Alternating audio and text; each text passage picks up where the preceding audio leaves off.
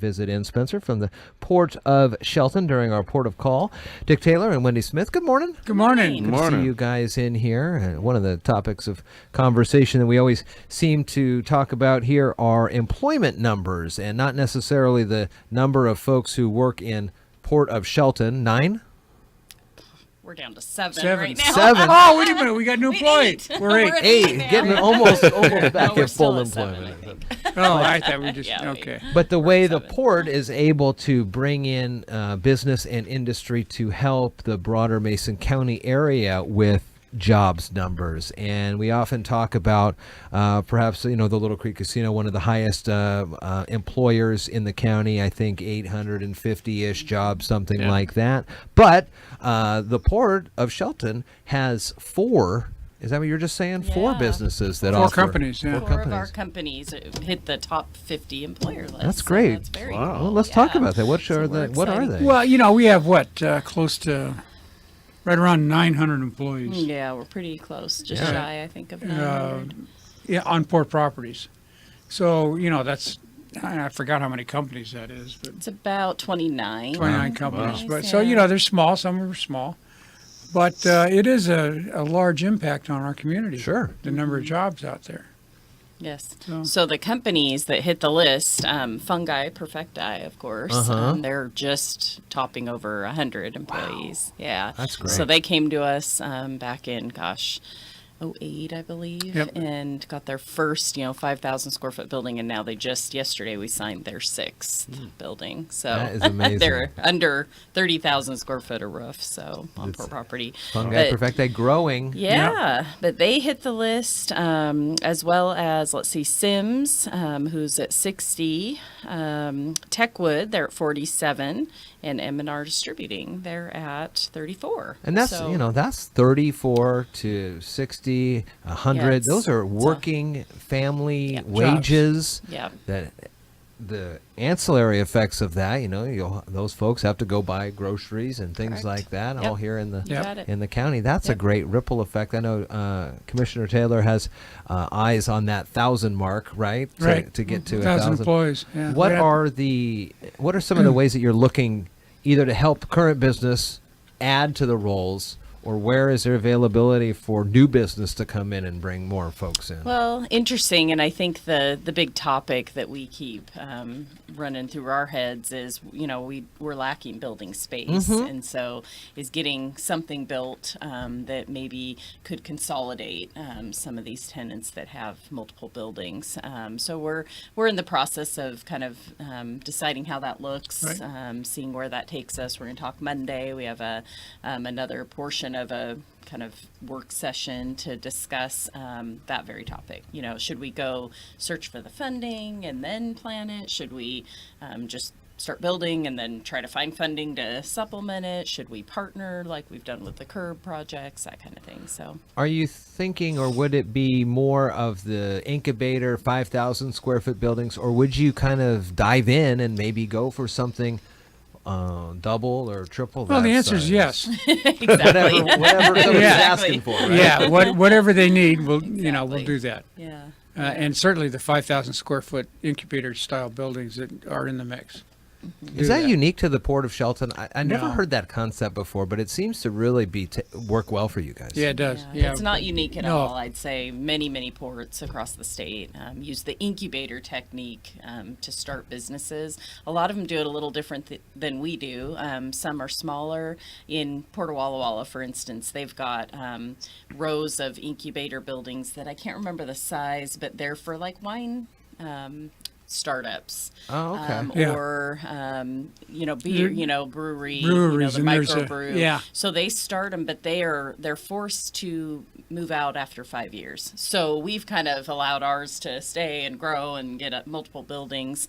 They kind of do it a little different, where this is really your startup, and we're helping you grow to either move to another spot on port property or move off port property and be on your own. If you're not familiar, that's fine with this, but are those the types of situations where maybe there is a central brewing hub, and each of the little breweries themselves that have their own unique ways to make the beers or wines then come in and use that? So it's not so much of the initial investment of all the stills and the worms could and all share. that thing, but like a I shareable don't know. space. Yeah, I don't know. I don't know how I'm they not do it, sure. no. Yeah, but probably that that would probably help. Or maybe a couple do that. I don't. Yeah, I don't Yeah, know. and they had a It's a couple of great kitchens idea. too, commercial kitchens that people Yep, were yep. using for Yeah.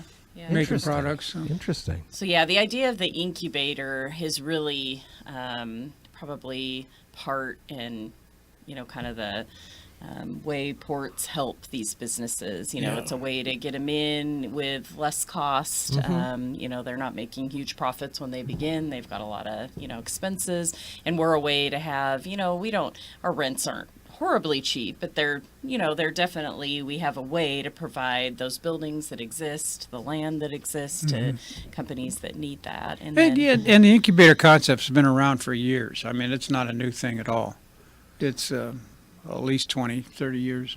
And is it something specific about 5,000 square feet No. that is No, the business is like, or no? no, it's what we decided for ours. Sure. yeah. And like Wendy said, the one Border Walla Walla, theirs are a different size building or different size spaces that they use. So it's up to what the local area wants and needs.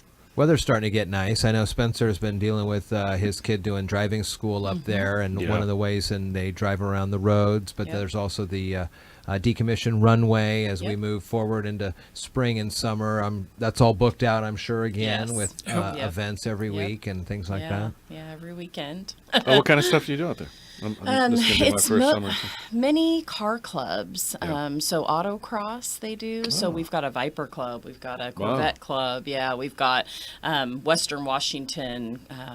What do they call themselves? Western Washington. I can't remember the acronym, what it stands for, but it's a group of guys that have worked for Boeing for years, and they all have different kinds of cars, and they do a bunch of events. RC Flyers, they do the Going all radio the time, controlled, yeah. Oh wow, That's one of the bigger airplanes. ones. Yeah, Yeah. they lease from us year round, and that's been a long. So they lease that property. They do a couple events that they'll highlight per the year, but they have the opportunity to go out anytime and use that. Oh, so wow. you probably saw them out there without maybe even knowing.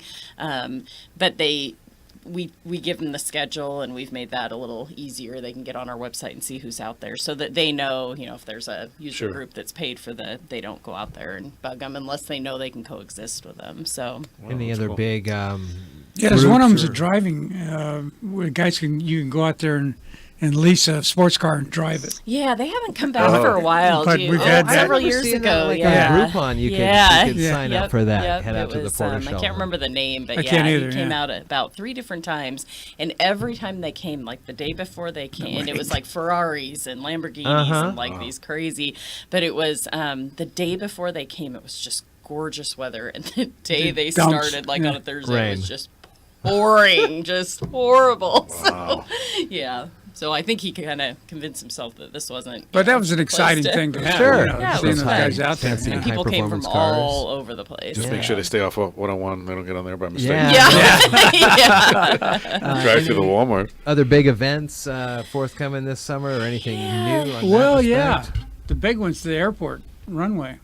Oh, yeah. Is that what Yeah. you're talking about? Yeah. Or events on the, okay. Yeah. So the overlay, we just yesterday in our meeting approved the matching 5% grant funding for almost $4 million. Yeah. So, Wow. yeah. And that's the big, we're just getting started in the construction Engineering. design phase of that. We've been kind of in the preliminary environmental study and stuff. So, yeah. So if it's It's if it's just an overlay, it's kind of just resealing, no? Or Yeah, Well, not. It's it's more more than that, detailed. yeah. They'll actually dig out. Oh, So okay. it'll be. It's more. A few years ago, we did the and they called Overlay. it the slurry seal. Yeah. yes. So this is actually where they're going to dig some out and replace. So it's a bigger deal. And new lighting, modern lighting. Yep. Oh, sure. Lighting we've got out there now is what? What did he say? 1970s. 79 or Yeah. something. So We'll Yeah. really lighten the place up. Yeah. So, yeah. Yeah. A better runway lighting scheme than we have now. So, Yeah. Interesting. And they're going to use the former fairgrounds property for staging, which is great because they won't interfere with the rest of the pilot Oh, good. traffic. And so, yeah. But we are going to have to shut the runway down for a period of time. Yeah, it shouldn't be horribly long because this really isn't, I mean, it's a long surface, but it's, it's paving. Yeah. I mean, it's not a huge, and there's ways to do that. You could either, shut down half and, keep the other half open. But we think we're probably going to go forward and stripe temporarily the taxiway so that people can use that taxiway that's parallel. And For that airport, did you guys have the I know, because I used to sell slurry seal and stuff in California, and I know that depending on the FAA requirements, some airports, like certain parameters for runways for the overlays and stuff. Yeah. How did that work out? Was that complicated, or was it? It was okay last time. We used Yeah, a it's pretty company that had straightforward. done it Yeah. for several airports. It's just not a great. This a will be temporary much fix. better. Yeah. Yeah. It created a lot of debris, Sure. FOD they call Yeah, it, yeah. and so we've had some issues with that. It's not horrible for the pilots, Yeah. community that we have, Sure. the smaller planes. But when you get, Kapowsin and they can suck Sure. in some of that, it's not good. So we did some, quite a bit of sweeping Sure, and sure, yeah, different yeah. things. But this will be a better, Much better deal. Very yeah. nice. But yeah, for as big of a project Yeah. this is, as much money for us, it's going to happen really fast. I think Brandon was estimating probably late August, early September. Early September is the completion. latest they want to do it. Wow. And that means we're involved in the streaked-horned lark nesting season, which is complicated to say the least. So that just means we have to take extra, Have to extra mitigate that precautions. somehow, yeah. If you get outside of the nesting season, then you don't have to worry about it. But then you risk rain. Sure, sure. So, It all kind of all lines up together. Yep. Dick Taylor and Wendy Smith here talking business from the Port of Shelton, and seems like business as always is good. We'll talk with you guys next week. Sounds good. God willing and the creek don't rise. That's it.